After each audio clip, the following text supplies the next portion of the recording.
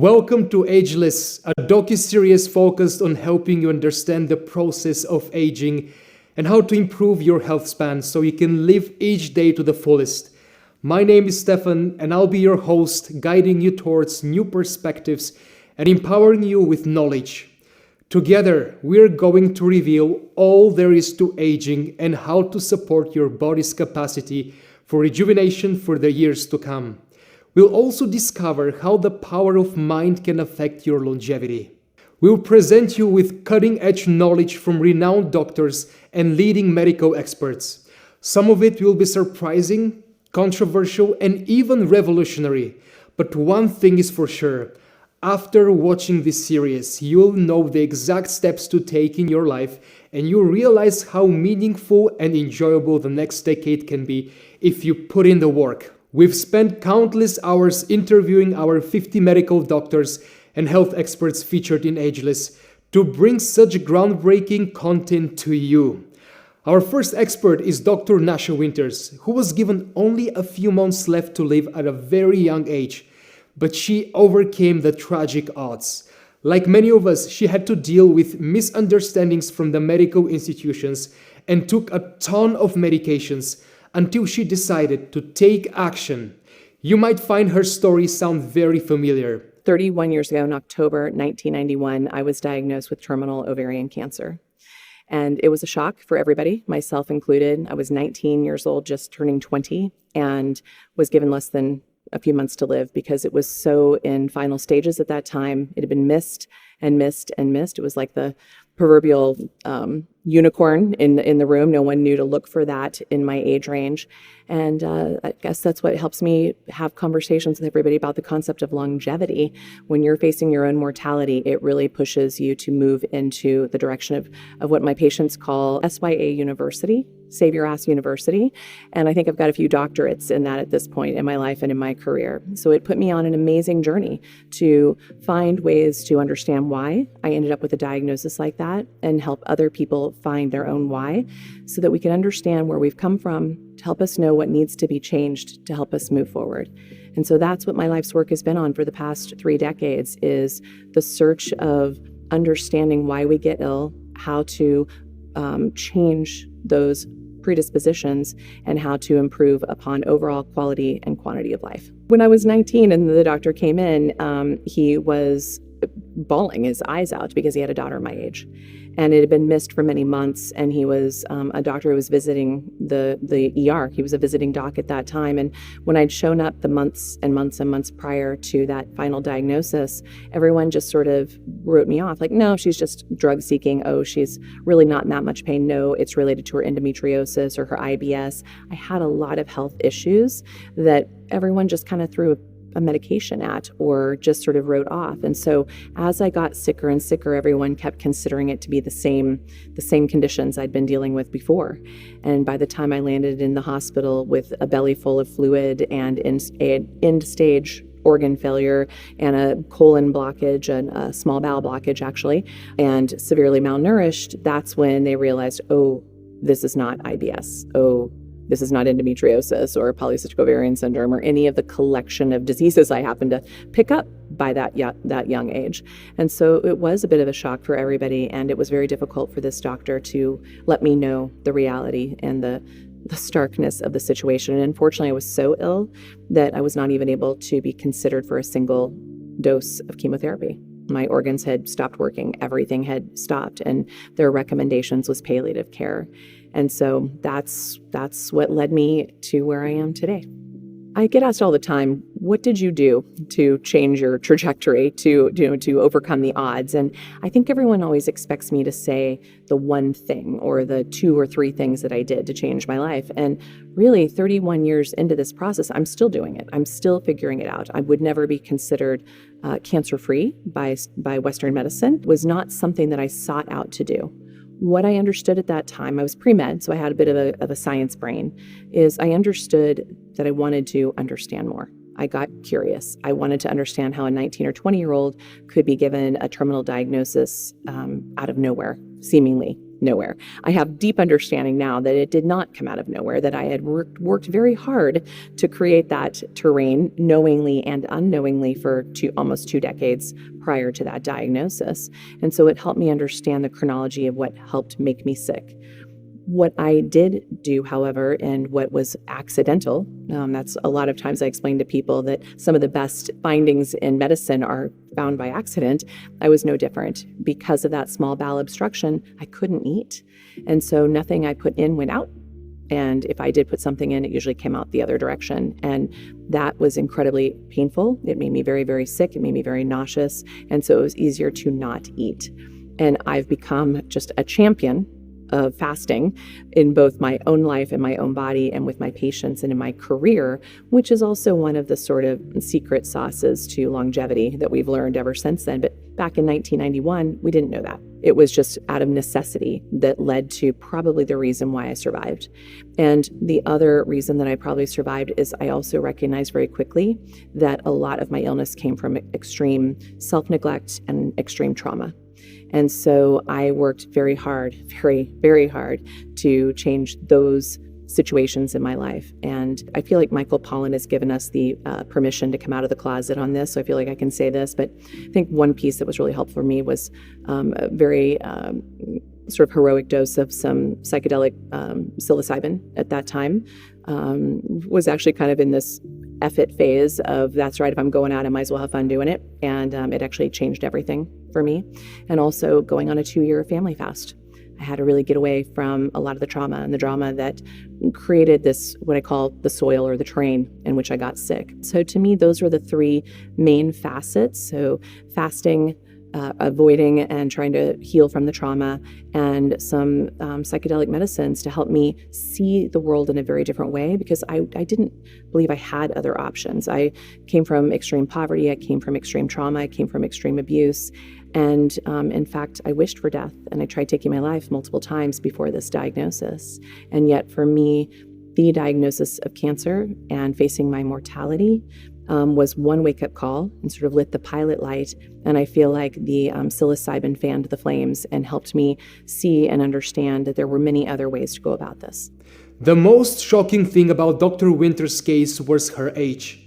She had to face a death sentence more than 30 years ago as a young, fragile woman. Haven't you noticed the same thing in your own circle? How suddenly even the young are becoming the victims of a disease. It's becoming increasingly common to see young people on heavy medications with no energy, dealing with multiple chronic conditions by the time they hit 40. It's true. When it comes to a healthy lifespan, we seem to be going backwards despite the advancements in research and technology. Our guests will explain why in the next few minutes, so stay with me. Plus, you'll start learning about the solution. I think it's really important to notice the growth of chronic illnesses, cancer at early ages, cardiometabolic disease at early ages. And when I say cardiometabolic, I mean anything cardiovascular, so high blood pressure, high cholesterol, stroke, and then metabolic disease, pre-diabetes, elevated insulin or blood sugar. These are occurring at much earlier ages than they were. It's hard to draw a straight line from A to B. You can't really do that in science. But what you can say is, when you look at the way people lived and you look at the way we live, what's happening is we're exposed to more stressors, more toxins, more processed food, less movement, less sleep than we were 50, 60, 70 years ago. And that has a profound impact on our daily experience of vitality, health, and well-being. Overall, we are less healthy now, even with all the technology, than we were 50 years ago. I think that we face a lot of challenges that we didn't used to face, and I think it puts us at risk to accelerate our aging process. We are under more stress. We have a phone attached to us all the time. Emails, text messages, instant communication, getting light out of our eyes. There's just so much noise and electromagnetic noise. It's harder to find quality foods. We get exposed to things that maybe we don't realize are affecting us, so pesticides and solvents and toxic metals. There's 85,000 chemicals getting dumped into our environment, and we track about 600 of them. So it's like salmon swimming upstream towards our goal for longevity. I think it's totally attainable with what we know today. I sure hope so. But I think we do have to work harder at getting to that long life. You just take a look. If you're from Sardinia, you look at the blue zones. They're walking several miles a day. They're not working more than 8 hours. Their food is fresh. We have to work much harder to achieve our wellness goals, right? So I do think if you look at in America in particular, 50% of our population is either diabetic or pre-diabetic. Now, that's the biggest thing that ages people, is diabetes and prediabetes. A third of all adults, heart disease. Half of adults over the age of 55, heart disease. Autoimmune disorders at alarming rates. More and more GI disorders. All the things that are signs of metaflammation, insulin resistance and bone loss and lack of energy and cognitive function, dyslipidemias, making bad actor lipids. Well, all those things that we're tracking that are on the rise, they're all components of metaflammation and inflammaging. So I think that, unfortunately, people are going to have to work harder and harder to gain the health that they deserve. All of us in this space of integrative care and anti-aging medicine, we're all committed to finding out what can we do to move that needle further as we face bigger and bigger challenges with people. So my specialty is in cancer and cancer research, and I've been really working with cancer patients and people with cancer for over a decade now. And we've seen cancer on the rise. We have seen over the last 70 years, cancer go from about 10% of people to now almost 50% of people. And it's not only cancer that's been on the rise, but you also see similar trends with diabetes, with heart disease, or with neurodegenerative disease, with autoimmune disease. You see these lifestyle-related metabolic diseases continuously increasing decade after decade. So you have to ask yourself, why is that? Why is it that more and more people are being diagnosed with lifestyle disease, with primarily preventable diseases? These are diseases that we can prevent through diet and lifestyle. Even our governing bodies say that cancer, for example, is only about 5% hereditary. And there are many experts who say it's actually less than that because of the science of epigenetics, that we can actually modulate and regulate our gene expression. So if you have BRCA1 gene, for example, depending on your diet and lifestyle and the environment in which your cells live, you can actually turn on that gene, or a better way to say turn on is you can express that gene or you can suppress that gene, right? And so through epigenetics, diet and lifestyle and environment, we actually have the power to prevent diseases like cancer, to prevent diseases like heart disease, to prevent diseases like neurodegenerative disease and autoimmune disease. The problem is these have been on the rise exponentially because of the way that we're choosing to live, because of our insatiable desire for convenience. I go to the store and I get the package because that packaged food, for example, it's easy and it tastes delicious, and I can put it in the cupboard and it'll stay there for months and not go bad. That's easy. It's convenient, right? I go to the fast food restaurant because it's cheap, it's convenient, it's fast food, right? Should be called death food, but it's called fast food. So we go in there and we get a hamburger and fries or whatever it is, and it's fast, it tastes delicious, it's convenient, it costs a few dollars. I don't have to cook, I don't have to go to the garden and actually grow the food, I don't have to spend the time in preparing things. And that's our desire for convenience. But what's happening is because we are disconnected from reality, the reality of our true nature, that disconnection has led us to being blinded from reality. And the reality is when we eat that way, when we are addicted to convenience over necessity, then we destroy our bodies and we destroy our health. And to solve that, first is education, which is why this information is so important, that we continue to watch and learn and listen from programs like this and educate ourselves.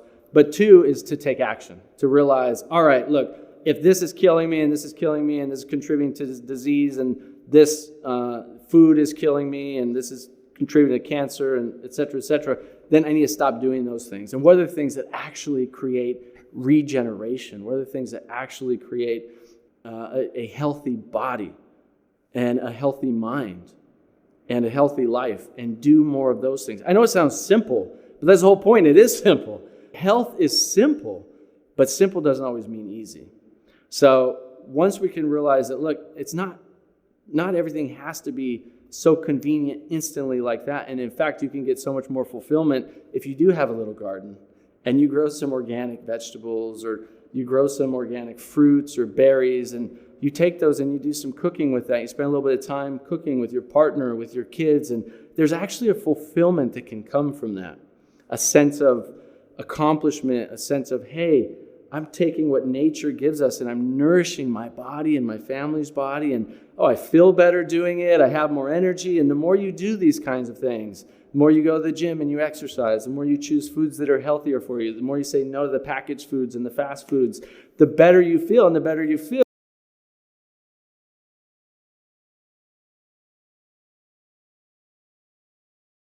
the more you want to do it, right? It becomes a snowball effect.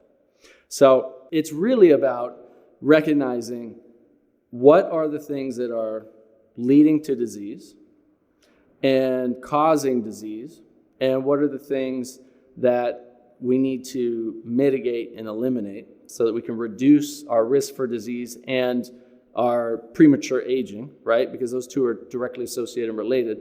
And then do the things that actually lead to regeneration at a cellular level so that we can age gracefully. Nathan Crane summed it up perfectly. It's the little things that build up and lead to graceful aging, or decades of suffering. So is it really about living longer or living better and healthier? If you've ever found yourself saying, well, I don't want to live to be a 100 because being old isn't enjoyable, I promise you'll change your mind when you listen to the upcoming experts. The difference between health span and lifespan is how long you're going to live, and it's a pretty good goal. Health span is how long you're going to live well, and that's the real goal.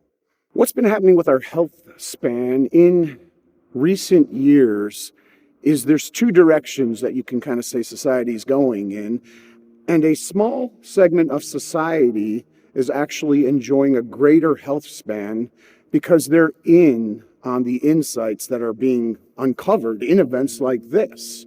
Unfortunately, the larger segment of our society is on a downward trend with their health span, in a few words, because they're not in on the insights in an event like this.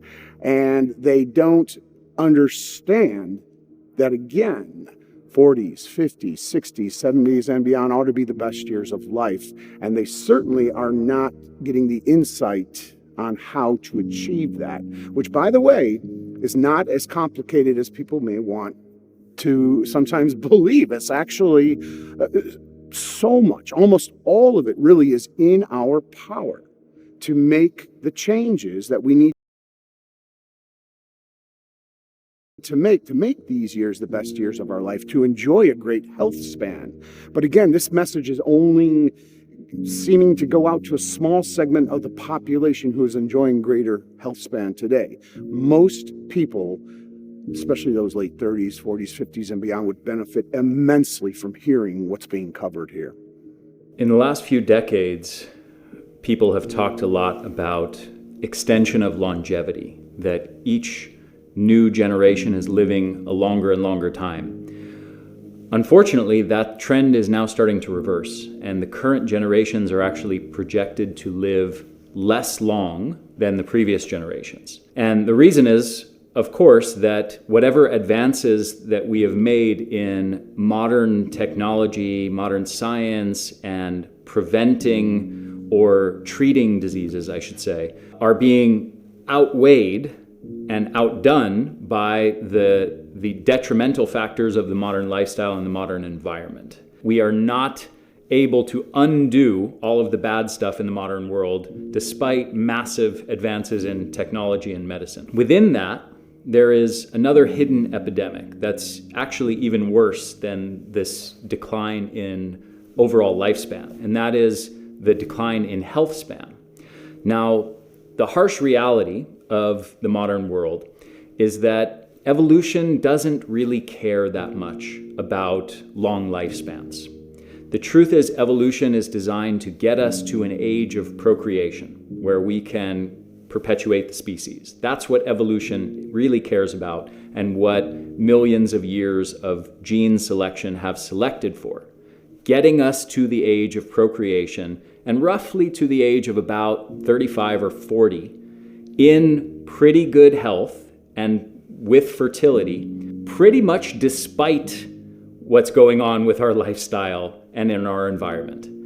Now, the problem is, after that point, whether you age fast and whether you develop disease or morbidity fast is a function of your lifestyle, your microenvironment, your decisions about how you live your life. That can either mean the difference between having a heart attack at age 60 or dying of old age at age 110.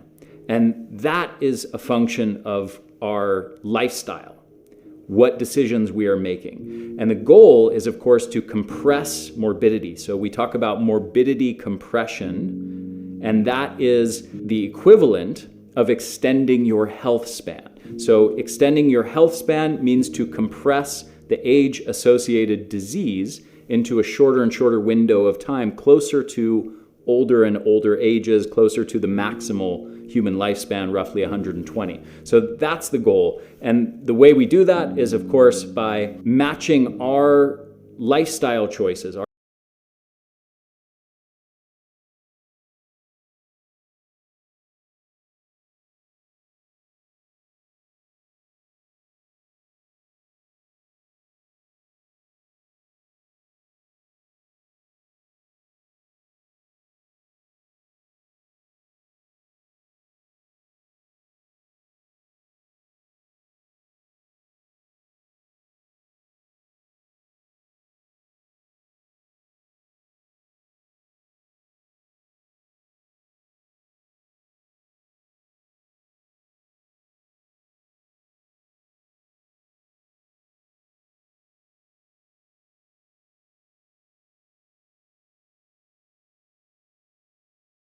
our dietary and lifestyle decisions and how we design our microenvironment as closely as possible to the one that our biology is optimized for. So the modern world basically presents us with a mismatch between what our biology is designed for and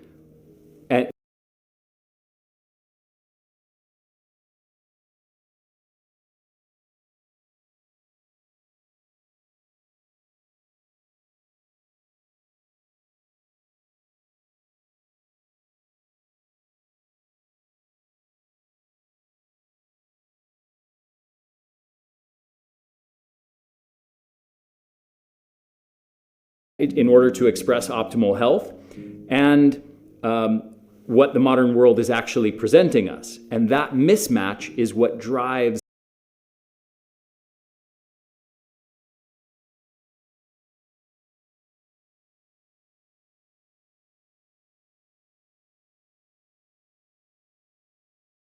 accelerated aging and the development of morbidity disease. Longevity is not just living longer, it's living healthier longer. And so there's many, many interventions that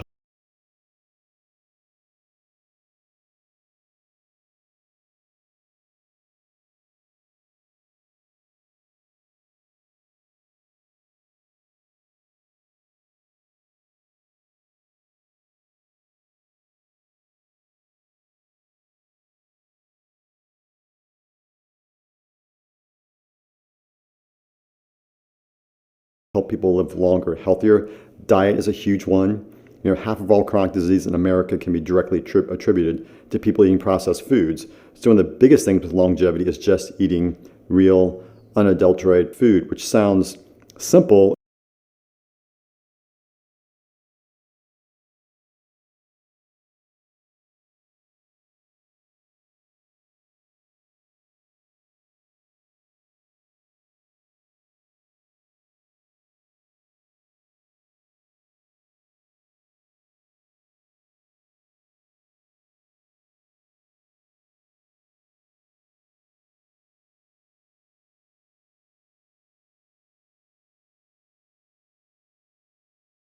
America can be directly attributed to people eating processed foods. So one of the biggest things with longevity is just eating real, unadulterated food, which sounds simple until you realize 80% of what Americans eat is processed. The other thing is lifestyle factors, exercise, environment. Do people exercise? Do they move enough? So people with longevity will focus on a lot of these cool biohacks. They'll focus on these kind of more esoteric things, but all that has to be built on top of diet, exercise, sleep, close relationships, your environment. These are all things that actually set the foundation for longevity. And on top of that, you can do a lot of other cool things. But ultimately, longevity is not just living long, it's also living healthy for a long time. And that's one of the things we've forgotten about in our country. People are actually living to their 80s, but now they're sick for the last 20 years of their life. I'm seeing people who spend 10 years dying, multiple hospitalizations, multiple medications, and that's longer lifespan, but that's not healthy. So I like to use the word health span more than longevity or lifespan, because people want to live healthier for longer, not just longer. The aging process means something different for different people. When I think of aging, I think of internal aging, cellular aging. We often think anti-aging is just keeping our exterior youthful and beautiful forever. But do you stop to think about whatever's happening on the outside is also happening on the inside? And when that aging happens on the inside, it leads to chronic diseases, shorter lifespan. So for me, aging is keeping it all youthful from inside, outside, every aspect. Here in the US, we have disease care, crisis care. We don't have health care. Our entire focus is on treating your symptoms, stamping out disease to get you to this crummy baseline or neutral, free of disease. Instead, I promote high-performance health. That means we're focusing on optimization, on improving every part of your human operating system so that you can function at your optimal levels and ultimately extend health span and lifespan. Conventional approaches to health and longevity just don't work. Instead of focusing on one-size-fits-all models like a low-fat diet or just go run on a treadmill, it's taking a very different approach. It's taking an individualized approach. What's right for you? Looking at your genetics, looking at your individualized functional testing, and identifying what do you need to optimize your system. It's taking a data-driven approach. That means we look at things like continuous glucose monitoring, CGM, to understand how you're responding to your environment so that we can make changes on the fly to know what's working for you, what's not working for you, and make sure we're doing the right things. We can track things like sleep. Sleep quality is so important, not just how long you sleep, but how well you sleep. Tracking these metrics allows us to take a very customized approach rather than a one-size-fits-all model and not relying on these approaches that we know just don't work. One of the biggest myths around longevity is that aging is inevitable. And this is going to really kind of rock the boat a little bit here, but aging is not inevitable. We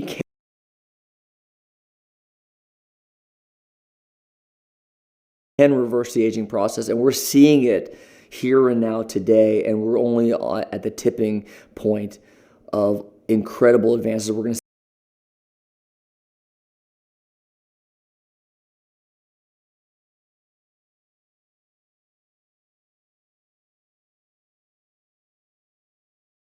see in the next 5 to 10 years.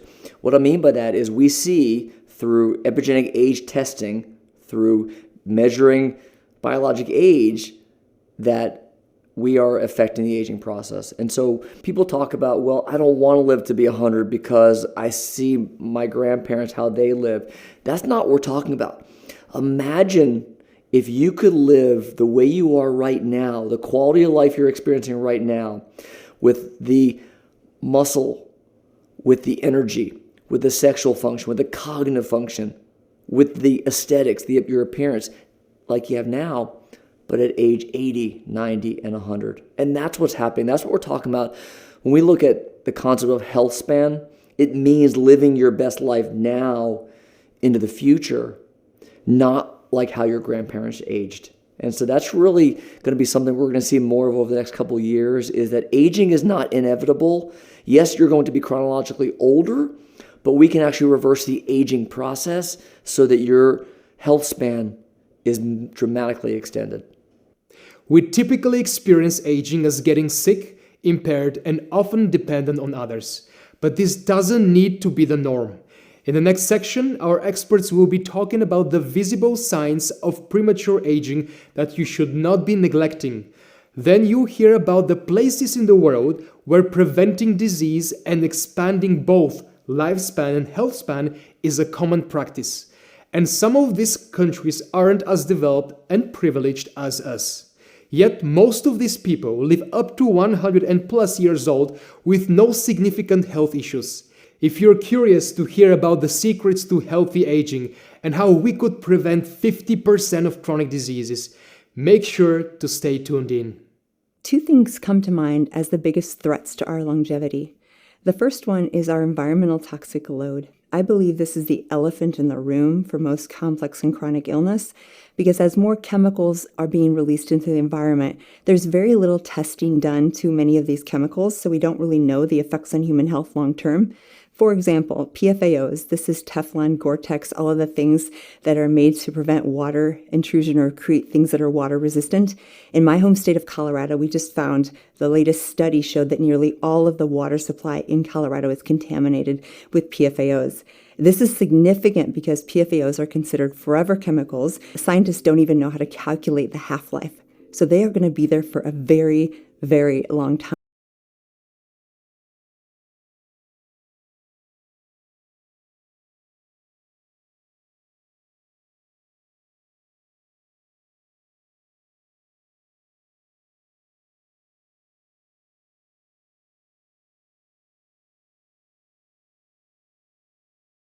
And we've already ruined the water supply so we can filter our water, but we're stuck with a water supply that's contaminated.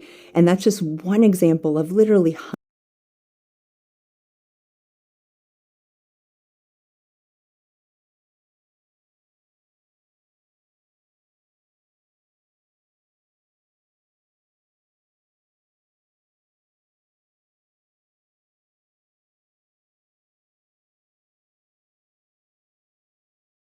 hundreds of thousands of chemicals that are put into our environment each year without proper investigation. And maybe more importantly, they're not studied in synergy of how they act together. So when we combine these chemicals, they can have a much more toxic effect on the body. Now that has to do with longevity and aging because this is breaking down our DNA, it's breaking down our cells, it's creating triggers to immune inflammation.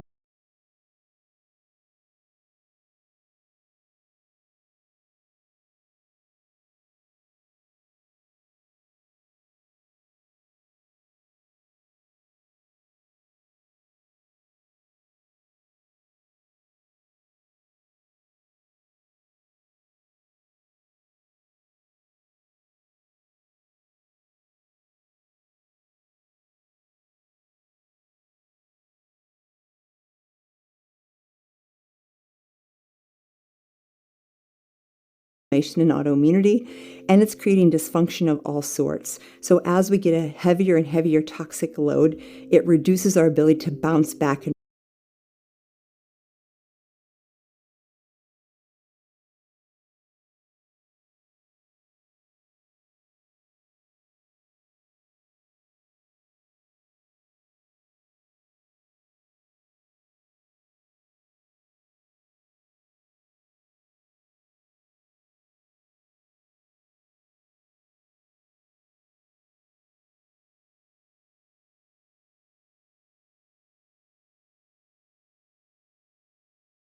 Recover and age well.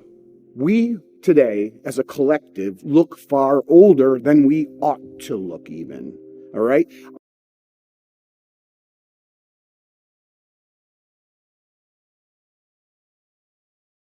Our skin is a billboard for our health. It's not separate from our bodies. It's not separate from the other organs. Our skin is an organ. It's the outward organ. And because of a host of some bad to terrible habits that we have accepted as normal in this society, diet, lack of movement, sitting on a couch, using products on our skins and putting them in our bodies that are just laced with toxins, we don't think twice about these as a society, and many other habits, but those are three of the biggies. Because of that, we look older because we inside our bodies are older. The beautiful news is we can reverse all that. Premature aging causes your skin to become really loose and sallow with no tone. So you lose that plump feeling when you like squeeze your cheeks, when you grab a little kid and you squeeze their cheeks and it's just, you get tissue. As we get older, we lose that. It's collagen and elastin that we lose, but we also lose muscle tone. That causes wrinkles. And if it's happening younger and younger, women, in their 20s and men in their 20s and 30s are starting to see wrinkles and fine lines, that's premature aging. And we want to prevent that, and there's easy ways to prevent that. But it's definitely affects your skin on your face. That's where you see it the most. But throughout the body, you can get dry skin, including on the face, but other areas of the body become very dry. You can get symptoms of other problems with your skin, like rosacea and other skin conditions. But the dryness and the loose skin with nothing underneath it, no substance that it feels like, is really premature aging. There's a myriad of symptoms that can show premature aging. And it can be anything from, skin discoloration to even skin issues showing up more often, darkening under the eyes, but not just because you're tired or you've been traveling, that happens to all of us, or you miss a good night's sleep or whatever, but it's constantly getting darker and darker under your eyes, months and years going on. Just the feeling of you don't have the energy and vitality that you used to. So dealing with fatigue, chronic fatigue, these can all be symptoms of there may be some underlying issues going on and some things that may need to be addressed. Maybe your cognition's not working like it used to. Maybe you are stumbling with your words more often than you did before, forgetting things more often. We all forget things from time to time, right? That's totally normal. That's fine. But you're forgetting things daily, weekly, continuously. You're worse now than you were 3 months ago or 6 months ago or a year ago. These declines shouldn't happen even in our later years. If it goes beyond just gray hair and wrinkles and it turns to chronic fatigue and it turns to constant digestive issues and it turns to discoloration in the face and skin and chronic pain and things like that, well, now you have an underlying issue. Now you have symptoms of premature aging and most likely symptoms of some chronic underlying health issue going on that needs to be addressed. What's really interesting is that there's actually a population of people that are living longer than they ever have in the history of before, but there's also a really great population of people that are actually dying younger and of more chronic disease. And we kind of really saw this divergence happening just in the last 30 or 40 years. And I think a lot of it had to do with the changes in our food supply. So while we have a lot of people who are really paying attention to, well, what can I do for myself? How can I live a healthy lifestyle, eat a good diet, exercise efficiently, manage my stress? We still have these other populations that just really haven't made that connection yet.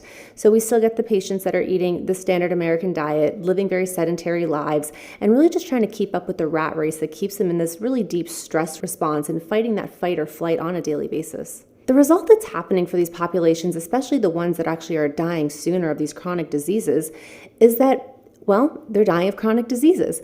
And these are diseases that are actually a result of their lifestyle choices, right? Things like the type 2 diabetes, the cardiovascular diseases, even certain types of cancer. We know that we can connect these back to the choices that these people made over the last 10 to 20 years.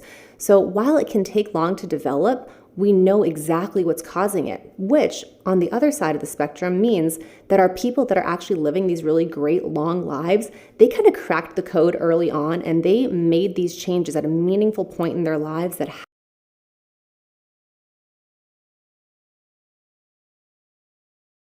has allowed them to live these long and healthy lives. 80% of heart disease and 70% of cancer can be prevented by diet and lifestyle. So all of a sudden, 80% of the number one killer, 70%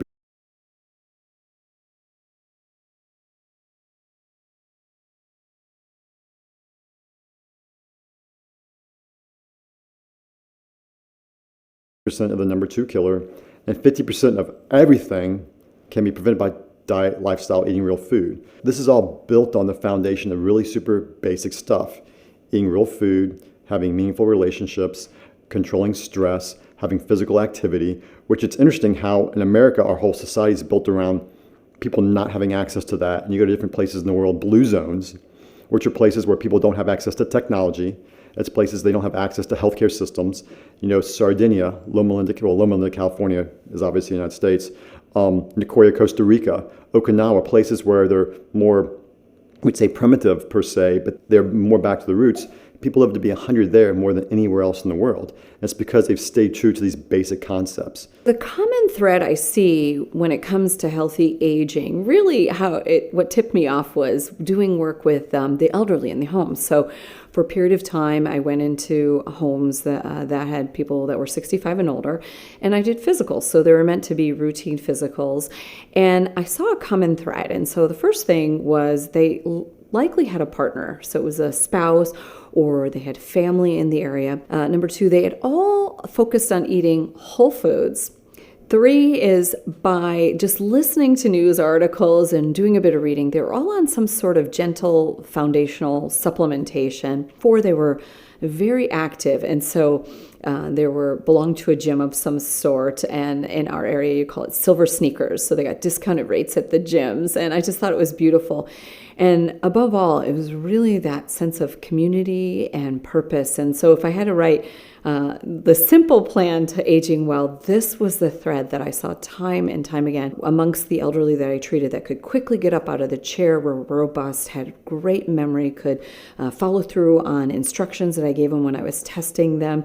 And it's such a simple prescription for anyone to follow. If you look at people who are at one end of the spectrum where they've really taken care of themselves and they've done the great work of working with their emotions and their mind and their consciousness, and they're developing skills of communication and taking responsibility for their own uncomfortable feelings that they came to Earth with, they're not having an exaggerated dinosaur run from the dinosaur biological response. And the stresses of life that they're facing are growthful. They're challenges that get us stronger. And we get wiser and deeper if we're really have the information, tools, and support and courage and natural ability to get excellent at responding to the stresses of life. Those folks often feel a lot of caring for their own self, so they're very careful with what they eat. They want to eat right, into living in places where the air was clean, and to drinking enough water and exercising. So these people tend to live a lot longer and a lot stronger. And they're walking and talking right up to the day they leave Earth. What if people in the blue zone simply won the genetic lottery? Do they get to live a better quality of life because they were just luckier at birth? That's not exactly how it works. Yes, genetics do play a role, but there is a more important factor. It's called epigenetics, and Dr. Reike will give you a short rundown of what that means. After that, you'll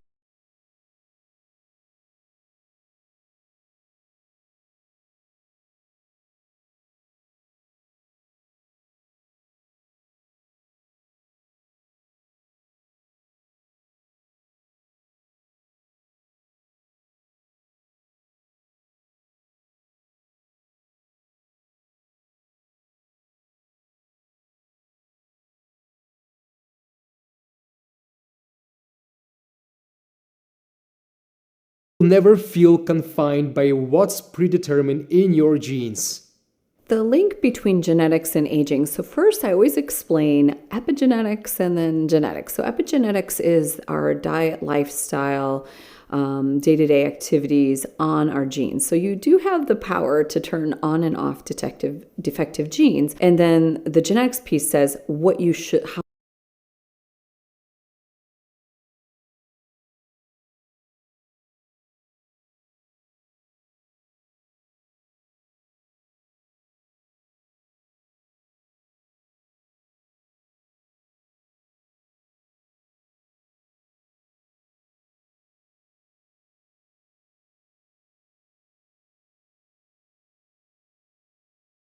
that gene should actually behave. And a lot of the genetics work I do looks at the enzymes that are controlled by the gene. So if you have one defective gene, that enzyme may work up to 20 or 30% less. Well,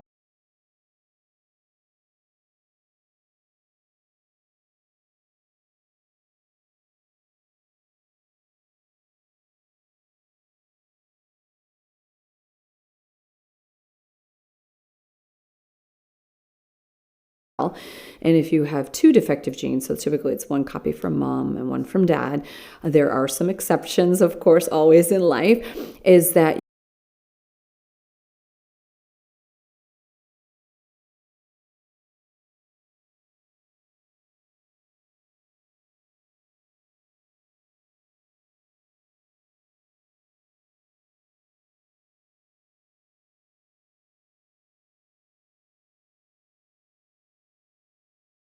that enzyme could work potentially 60 to 70% less well. And the current model stands is that you can override those defective genes and make that gene functional through really appropriate diet lifestyle. So sleeping well, regulating stress, eating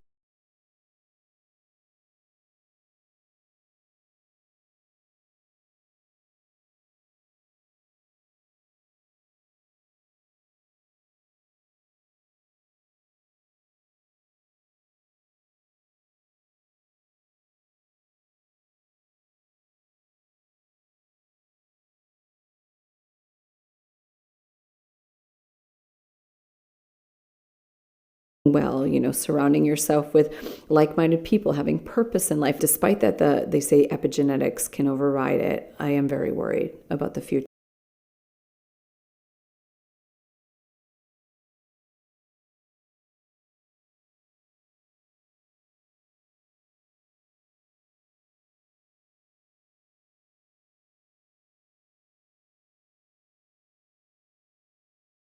And that being the case.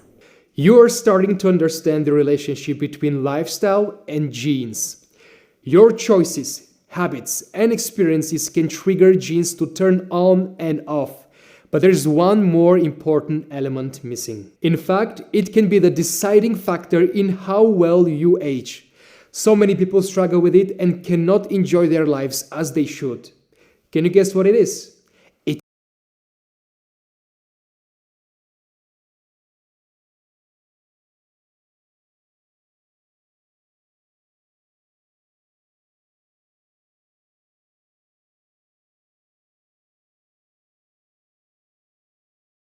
It's your mindset.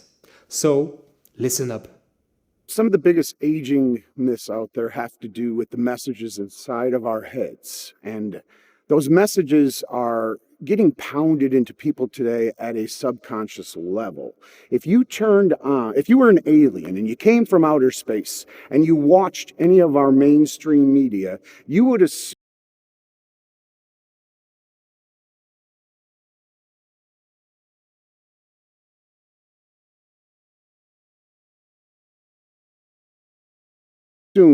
that the vast majority of this country and probably many other countries is about age 21 to 26. But of course,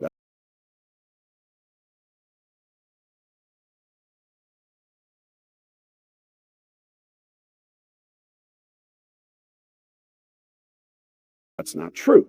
What's going on here? Well, the mainstream media has this intense focus that youth is the be all and end all.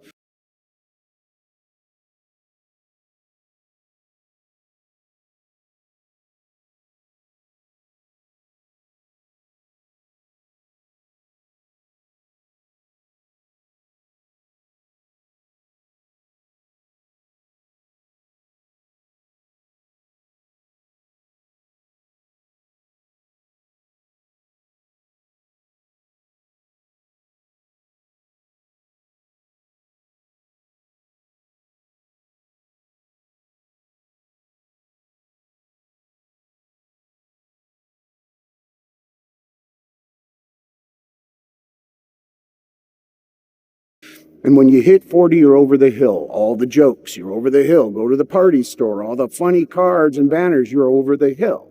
So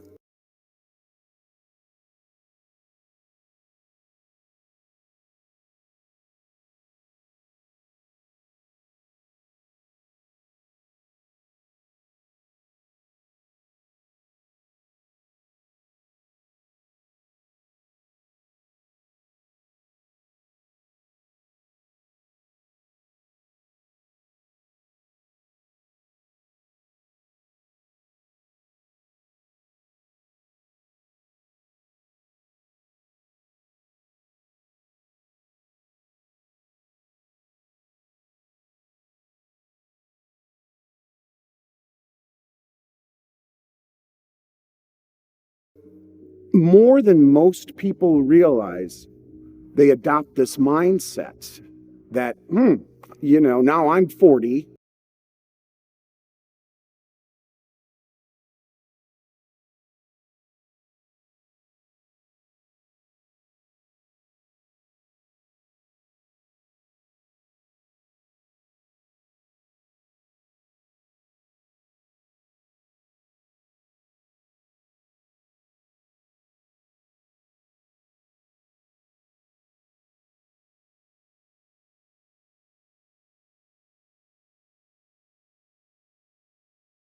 '50, '60, '70, these pains in my knees, these pains in my head, my neck, any form of disorder of our gut.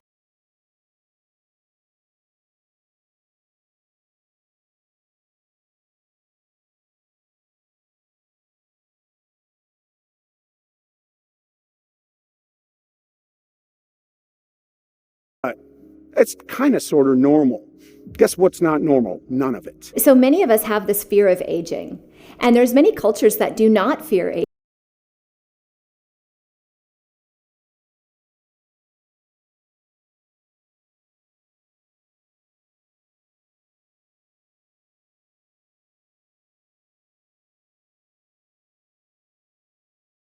aging. Right? There's many Eastern cultures where people live into their hundreds, a very vibrant life, and they actually respect aging. There are a lot of things that you can do to look younger, I guess, than where you are. But I think more importantly, anytime that you worry about anything, it's going to cause a chemical change in the brain. And when you cause a chemical change in the brain, let's say you're afraid to age and you're doing everything you can to try to prevent aging, it's almost like an obsessive thought in your mind that trains your brain then to be more in tune to other fears. There's actually a change in our cerebral cortex when we're under fear. It changes our decision-making skills. We see this a lot. People under fear, they start making really stupid decisions. So I think what happens when people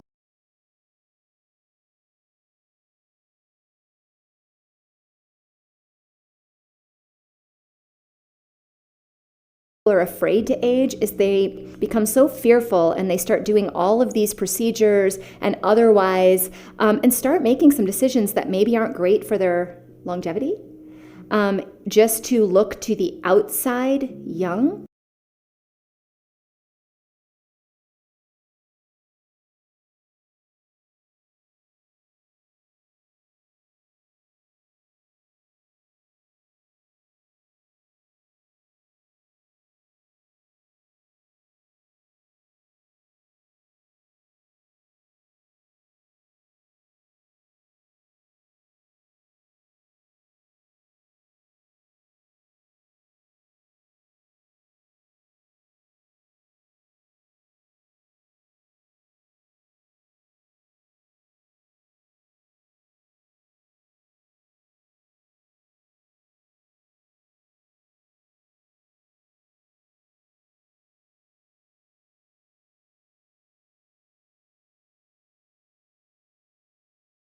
But I truly think that longevity and aging does not have anything to do with the outside. It has everything to do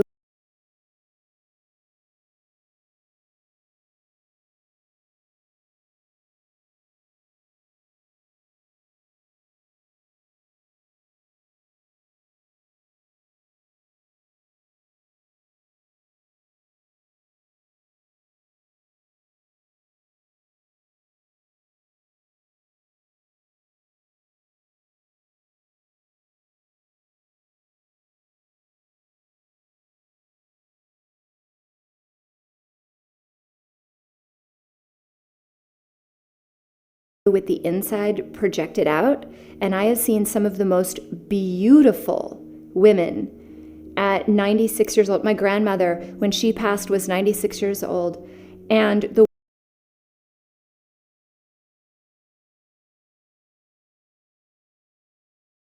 way she walked into a room commanded attention. She was one of the most beautiful women, never did a thing, never did Botox, never did, never had even facials, She just went through life with so much gratitude. And I think that's one, why she lived to 96 years old and was very with it right before she died. And I think, too, why she looked so young is she just didn't worry about things. So when you don't worry about things, your skin doesn't age, your cells don't age. You just you're in that moment. So I think we need to let go of that fear of aging and let go of that impression that we have to always look younger. There is so much that we can do to look and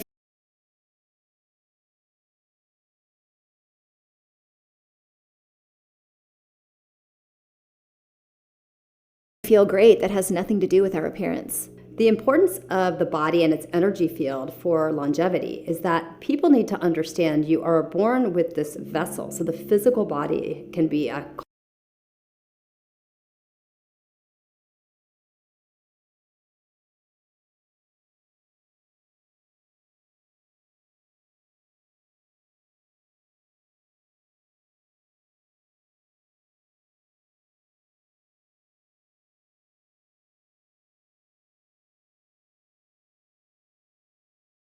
called a vessel, but you have part of your body that goes out beyond for feet, and that is an energy field that is always with you. So other cultures look at things like chi and chakras, and they pay attention to this energy field. A lot of our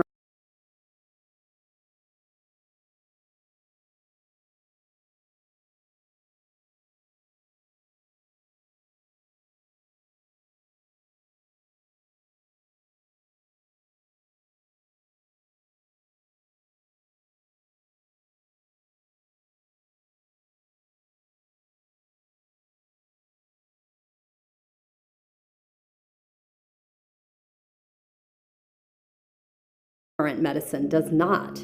So when we take a look at how we can reverse the clock, how we can help age more slowly, that is an important piece to take into consideration, because you can heal the vessel, you can detoxify, you can eat right, you can sleep well. But if you're not addressing the energetic things that can happen, such as traumas and stress that can hang out in the energy field, plus toxins in general can hang out in the energy field. So detoxing from an energetic perspective, potentially using things like light therapy and acupuncture and a lot of things that are coming out now more and more to be mainstream, is going to help reverse the clock in addition to just work in the vessel, the physical body. Quantum medicine is a term that is used to describe a new and evolving form of medicine where we're actually looking at the body in a very different way than we've been taught in medical school. So instead of it being numerous organs that are connected and messages going through the bloodstream that involve hormones,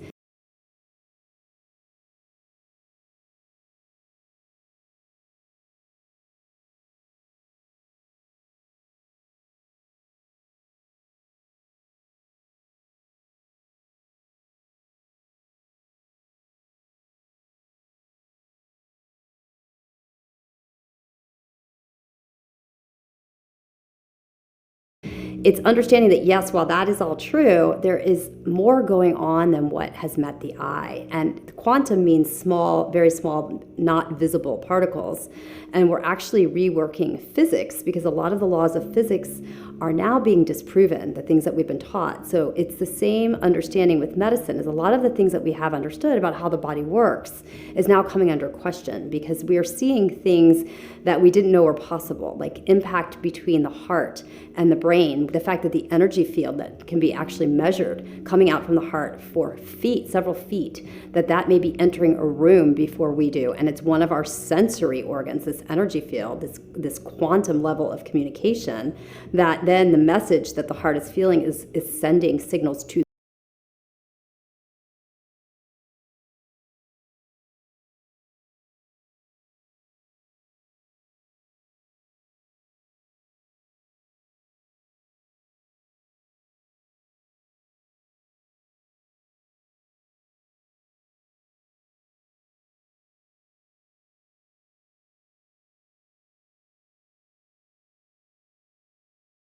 the brain. So it's not always just the other way around, that the brain is telling the body what to do. That in this instance, which is one of the easiest ways to explain quantum, is something called neurocardiology, that there are these signals and this energetic frequency that's being picked up, and then the message is sent to the body the other way.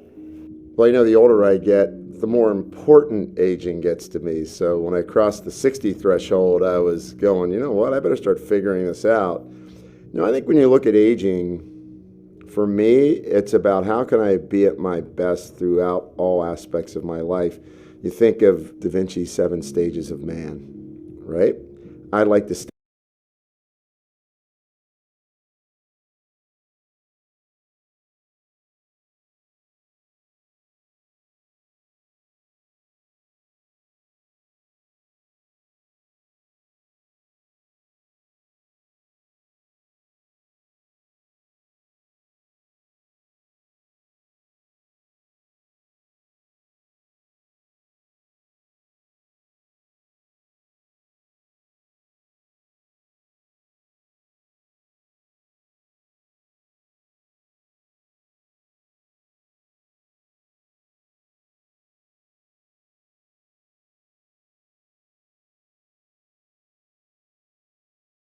at that peak as long as I can. So being able to contribute, being able to enjoy, have the vitality at every stage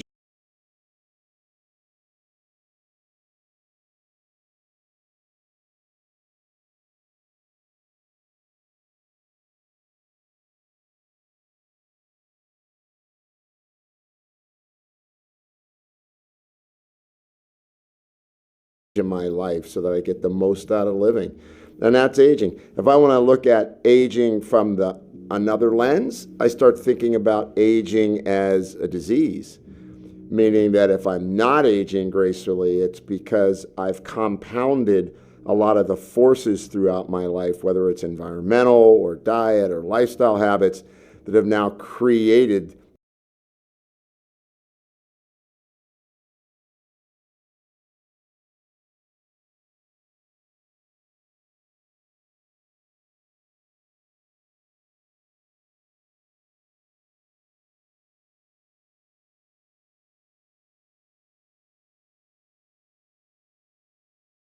this accelerated process that we call aging. But I think it depends how you look at it. Aging means to me wisdom.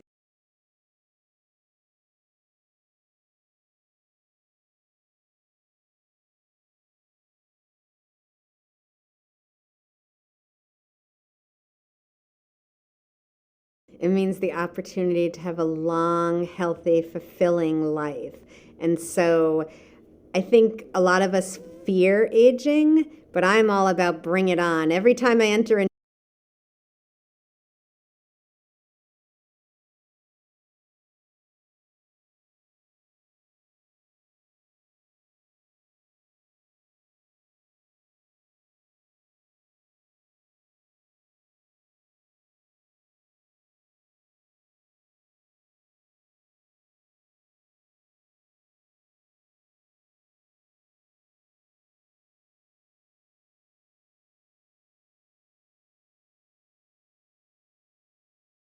new decade, I'm like, this one is so much better than the last one. And so aging is this opportunity to really enhance your health, to change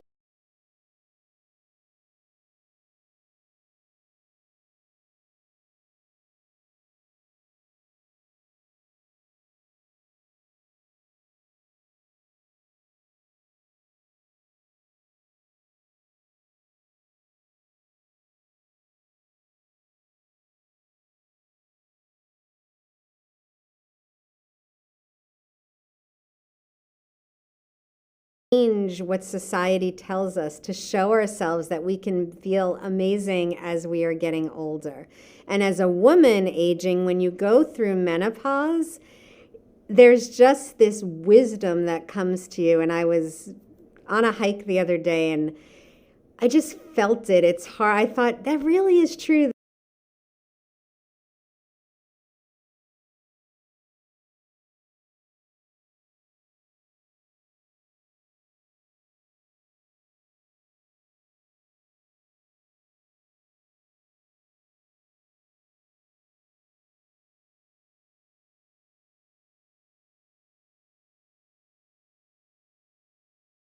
They say as you get older, you get wiser. And that it really is true. And it's, a lot of people say, oh, I wish I could go back to being 20. Not me. I don't want to go back to being a hormonal crazy person and being full of drama, not knowing who I am, caring what other people thought. I love being an aging woman who knows who she is, who knows what her strengths are, who's okay with her weaknesses, who knows what gifts she has to give to the world. So aging is awesome. During the interviews, our experts couldn't emphasize the importance of mindset enough. Throughout this docuseries, we will cover many ways you can overcome your mental and psychological obstacles so you can not only live longer, but also feel more fulfilled, happy, and at peace with yourself. Before we wrap up this episode, I want to give you a powerful last message from our doctors. I hope this will be the positive spark of inspiration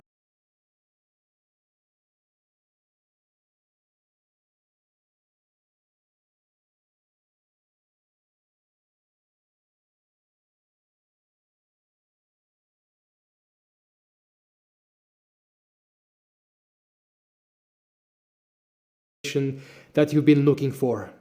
So a lot of companies now are trying to develop and are developing a longevity pill, something you can take to improve your longevity.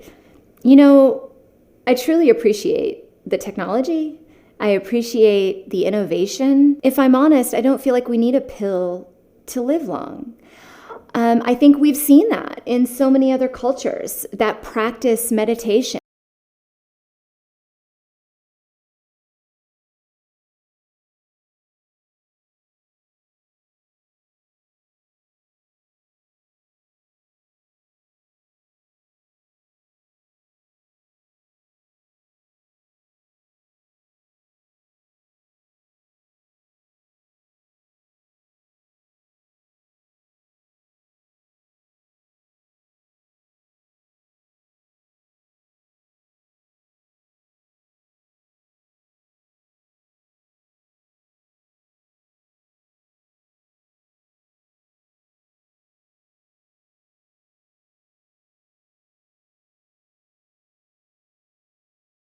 That practice mindfulness, that eat clean. They're not eating artificial colors and flavors and inflammatory foods, and they're out walking.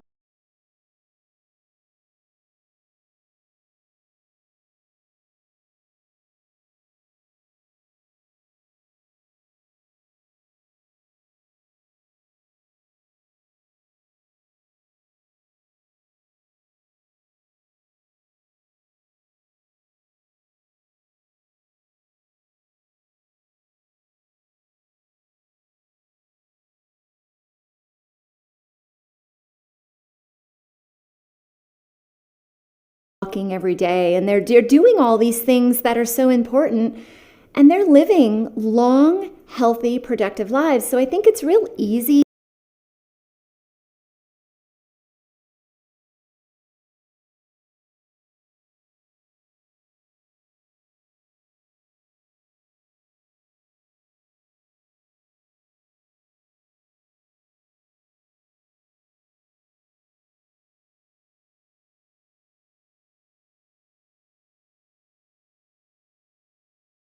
to reach for a pill. It takes a lot more discipline to change your lifestyle, but changing your lifestyle will not only improve your longevity, it will also improve your health and your quality of life, where I'm not sure a pill will. I don't know if a pill can improve your quality of life or not.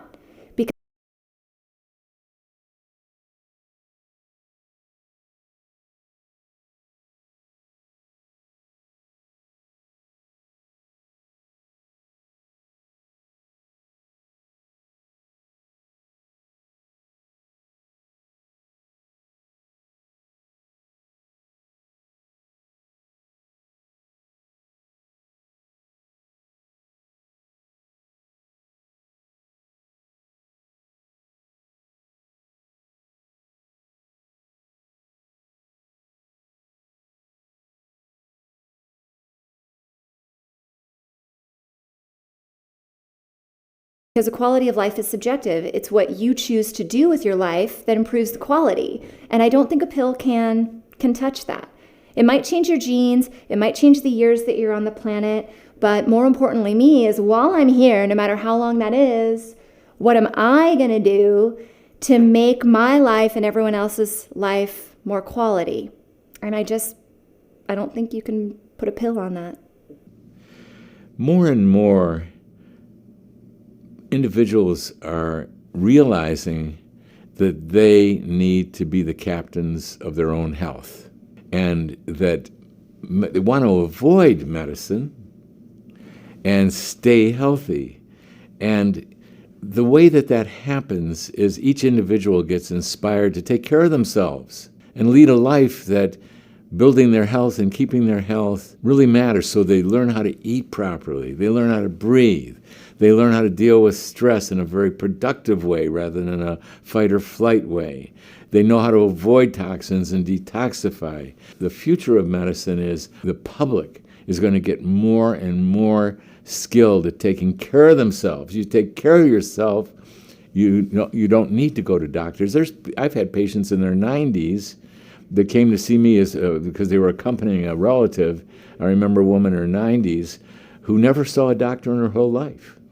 She took care of herself from a very early age. I think the true future of medicine is that physicians and healthcare providers and health coaches are going to get so into educating and nurturing and coaching folks into taking care of themselves, including their emotions and their mind and their life and their ability to communicate and their ability to be happy and have fun and love and be productive. Everything that really leads to vital health. There's a lot of moving parts, and as human beings, we have access to this possibility. We can be vitally alive and not have to go to doctors. Now, I am a doctor. I love being a doctor. I love most doctors.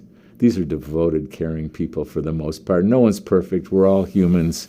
So I'm not trying to put us out of business, but really the best medicine would be we did get put out of business because people started taking care of themselves. Now, when people have issues, I've watched an explosion of knowledge.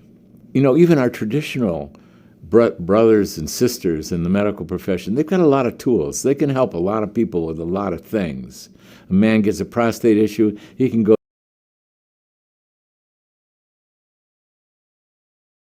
to a well-trained urologist, have an operation. That can really help him. Our traditional medicine still has offerings that are very significant, especially when things have gotten really hard. And then there's the functional medicine group, where the intention is to intervene earlier, to pick up on the issues and give alterations of nutrition and nutritional supplements. And there's a lot of tools these days. There's a lot of knowledge. Once you detect a trend towards diabetes, there's a lot that you can do to prevent that diabetes or reverse that diabetes. And this is really under the world of functional medicine or holistic medicine. And early intervention is in the future of medicine. Early detection, early intervention. Things are usually so much easier to deal with medically when you catch them early. I'm 51 and a half, and I think it's important to first say that I reject this idea that you're supposed to just get old and frail and decrepit and die without your brain in a nursing home. I reject that. Our philosophy is that you're meant to be vital, healthy, vibrant, able to be and interested in intimacy till you're at least 100. I look at my days like, how can I live in a way that's going to maximize my vitality? It's a lot of work. It's not all sunshine and rainbows. I exercise. I work out with a trainer to build my muscles. I don't eat anything fun. This might be the part where you stop listening, but I don't eat gluten. I don't eat dairy. I don't eat sugar. I don't drink alcohol. The gluten because of the celiac, the sugar because I have candida from the metals that I got rid of, and then the alcohol because it's directly a toxin. So I don't drink toxins. So on top of that, I work on being in bed for 8.5 hours every night. Some nights it's less, some nights it's more, but I work on getting enough sleep and doing things that bring down my stress level, like meditation, forgiveness, coaching, all those things that have me not be so locked up so that I can be present with people. And then the biggest thing that underlies that is the why, because you have to have a really strong why. And mine is, I believe in that we could eradicate chronic disease. It's actually hard for me to even say. I believe that we could eradicate chronic disease, and that's what I'm dedicating my life to. And to do that, we have to up our game. It's really fascinating. We live in a day and age right now where aging could be optional if you want it. And I think that this is really fun as well, because I think now it's giving people the choice. We have the ability to seek bioidentical hormone replacement, which can keep our physiology at that of a 20-something-year-old or even 30-something-year-old, which is fabulous, right? That's going to keep all of our processes running very, very efficiently. We also have the option to select food that's going to be very nourishing to our bodies. Again, making sure we're getting our adequate mineral requirements or adequate vitamin requirements so that, again, all of our processes are running efficiently. We also even have other interventions now that we can do to take out any old and damaged and dying cells. We call these senolytic interventions. And what's wonderful about these is that if you combine them in a way that is strategic and specific to your needs, aging does become optional. The cool other thing about that is that we actually do have tests nowadays that can test what your biological age is, and we can actually see if these interventions are moving things in a meaningful way. People say, well, you can't change the rate of aging. You can't change aging.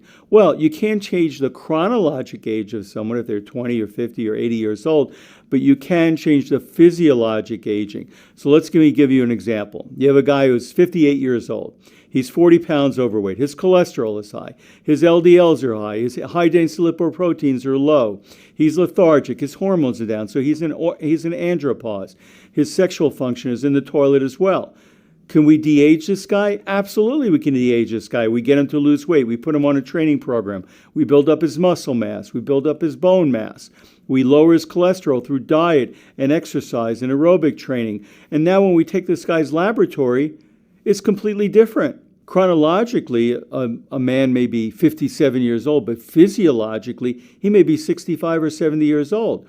By the same token, now you put this person on the proper program, and they go from being chronologically, say, 65 to being physiologically 55. What an empowering example from Dr. Robert Goldman. The concept of chronological and physiological age represents our philosophy perfectly. It's not really the number that matters, but the person's condition and well-being. I want you to remember this as the first lesson of our docuseries. There are many more to come as you'll dive deeper into the causes and effects of the modern-day aging process throughout the next episodes. But first, let's listen to some empowering patient stories.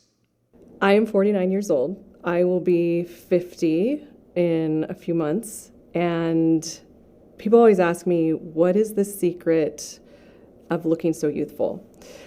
Because I haven't had any work done on my face, no Botox, no injectables, no nothing. And the only thing I do is color my gray hair. I haven't figured out how to prevent that from happening. That's runs in my family. Everybody's prematurely gray. But the secret to my youthful look really has to do with my upbringing. So it really started 49 years ago. And I had a very unique childhood. And I was raised in the Sierra Mountains near Lake Tahoe. We lived on a couple of acres of woods, and I lived in a log cabin. True story. We didn't even have central heat, which in hindsight, that was probably really good for me because I had a lower EMF exposure, a lower dirty electricity exposure, and we had a wood burning stove. I spent my days outside in the forest, day in and day out, barefoot, and completely locked outside. My mom would send us out, and you may have heard of forest bathing and how people do this around the world to soak up all of the amazing benefits of being out in nature. My life was forest bathing. This is what we did. I literally climbed trees. And I had a pet deer as a child. This is true. We raised her from the time she was tiny with little spots. That was a really magical time, and I feel like that was really important to our youthfulness as a whole. There's this innocence and this incredible connection with nature that I was able to have as a child that most people I know never experienced. I had a patient in the Alzheimer's trial, the clinical trial that I did, that came to me, and I would say he was in his early 60s.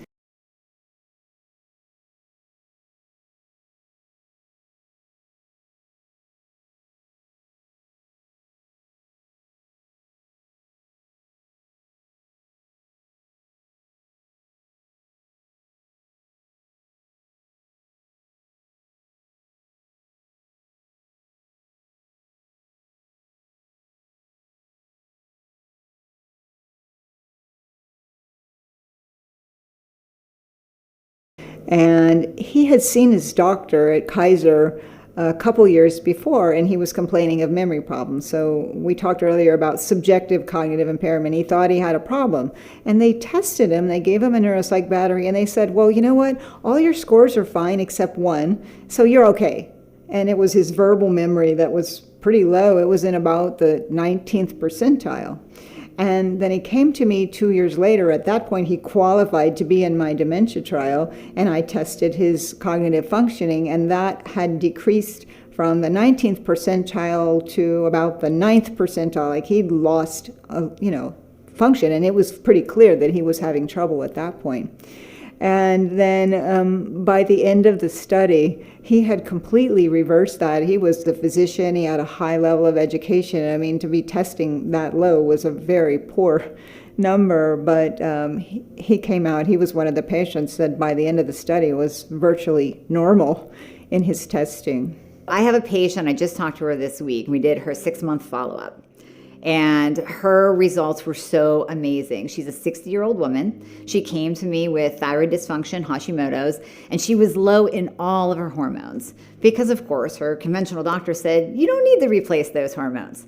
So we started working with her hormone levels and building those up to optimal. We started optimizing her thyroid. And then, of course, at the same time, doing diet and lifestyle changes. Nothing crazy, nothing that was that hard for her to do, but things that really impacted her body. So at that 6-month mark, when I was talking to her, she started crying. She said, I heard you in the beginning say that I would get my life back, and I was a little bit hesitant because I was carrying around all this weight. I was so fatigued, I couldn't think. My relationship with my husband was on the rocks because we weren't intimate anymore. He couldn't understand why all I wanted to do was lay on the couch. And now I have my life back. She said, this is just absolutely amazing that I want to go out. I want to put on clothes. I want to be with my friends and have fun. I can get through my day with abundant energy. I don't have to take a nap anymore. And oh, by the way, I lost 25 pounds. 25 pounds in 6 months.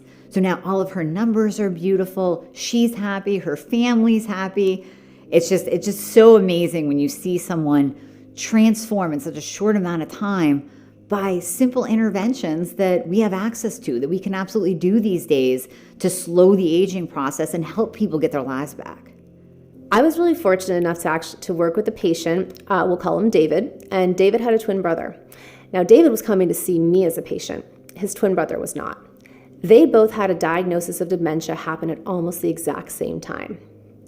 David came to me actually his wife who brought him in because I had worked with her previously, and we started him on some regenerative therapies, namely utilizing stem cells to try to see if we could heal the brain. Well, cool thing happened. We started to get him better results than what was happening with his brother. It was like a built-in double-blind study, right? Because we have the one patient doing the intervention, the other patient not. Over the years, we've managed to actually maintain a really wonderful level of brain function in a disease process that's otherwise only going to lead to death. Of course, we all know that nobody has escaped Alzheimer's, but to be able to give this patient back way more meaningful years compared to his brother, it's a gift. Trust me, these recovery stories are not about luck. Anything can be done when you have the right guidance and information. Fortunately, we now know there is so much we can do to reverse our biological aging. In the future episodes, our doctors will list the exact steps for how to de-age yourself and achieve similar results. But if you want to access this content now and start erasing the dummy